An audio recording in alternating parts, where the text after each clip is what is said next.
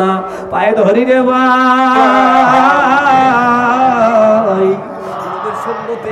একটা কথা বলেন না, কারণ নবী ছাড়া দুনিয়ার মধ্যে আপনজন কেউ না।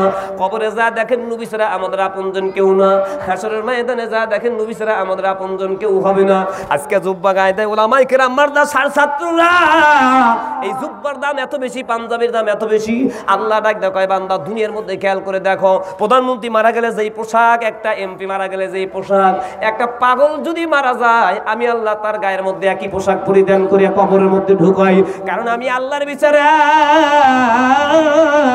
প্রধানমন্ত্রীর জন্য আলাদা পোশাক আমি আল্লাহ বানাই বের দিই নেই। একজন রাস্তার পাগলও যদি মারা যায়, ওই পাগলের গায়ে যেই পোশাক প্রধানমন্ত্রী, সেই গায়ের মধ্যে পোশাক রাখা হলো। তাহলে আপনারা জবান খুলে বলেন তো ভাই, এই পোশাকের দাম আছে না নাই? অথচ এই পাঞ্জাবির বিরুদ্ধে, জুব্বার বিরুদ্ধে বাংলাদেশের শিল্পীরা গান গায়। দুঃখ তো আর জায়গা নাই, মনে হয় জাতীয় স্যান্ডেল বার্মিজ দিয়ে তাদের লাগাই। সেদিন থেকে একটা গানের মধ্যে আল্লাহর এক বান্দা বলতেছে, একজন পাঞ্জাবিওয়ালা ও তার মাথায় সুন্দর বাবরি চুল, আমায় দিকে শুধু হাসে, আমায় দিকে শুধু হাসে, মুখে বলে বিউটিফুল এক পাঞ্জাবিওয়ালা। ও শয়তানের চেলা, জোরে কর না ঠিক কিনা? আবার মহিলারা বোরকা মরিদা চলবে, ঘুরবে, এটা তো আল্লাহর বিধান। পর্দা করা তো আল্লাহ ফরজ করেছেন নবীর মাধ্যমে।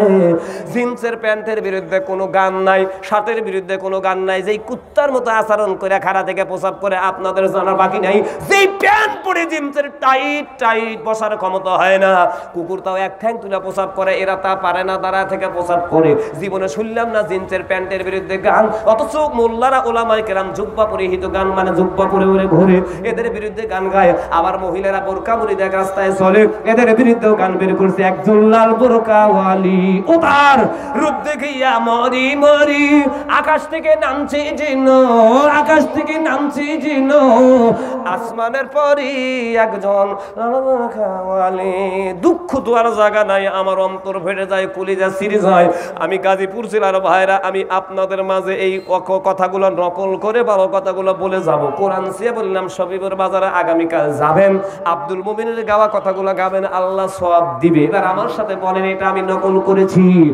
একজন আল্লাহর বান্দা, বলেন তো, একজন আল্লাহর বান্দা, জোরে জোরে, একজন, ও তার মাথায় টুপি, মুখে সুন্দর দাড়ি, আজান শুনলে মসজিদে আসে, আজান শুনলে মসজিদে আসে, মুখে বলে ইল্লাল্লাহ, এক আল্লাহর বান্দা। জোরে কোন ঠিক কিনা?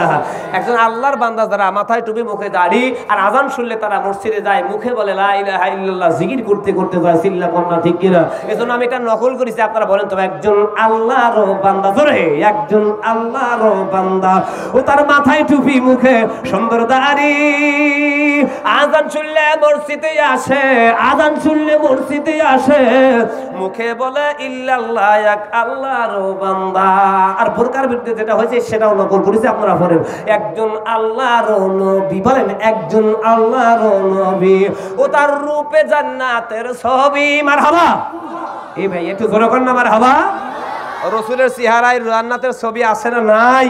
কেউ যদি স্বপ্ন যোগে একবার রাসূলের চেহারা দেখতে পারেন, জাহান্নামের আগুন হারাম, জান্নাত তার জন্য আমার আল্লাহ ওয়াজিব করে দিবে। একটু সুবহানাল্লাহ জোরে বলেন। একজন আল্লাহর নবী, ও তার রূপে জান্নাতের ছবি, আখিরাতেও হবেন তিনি, আখিরাতেও হবেন তিনি, উম্মতের কান্ডারি একজন আল্লাহর নবী।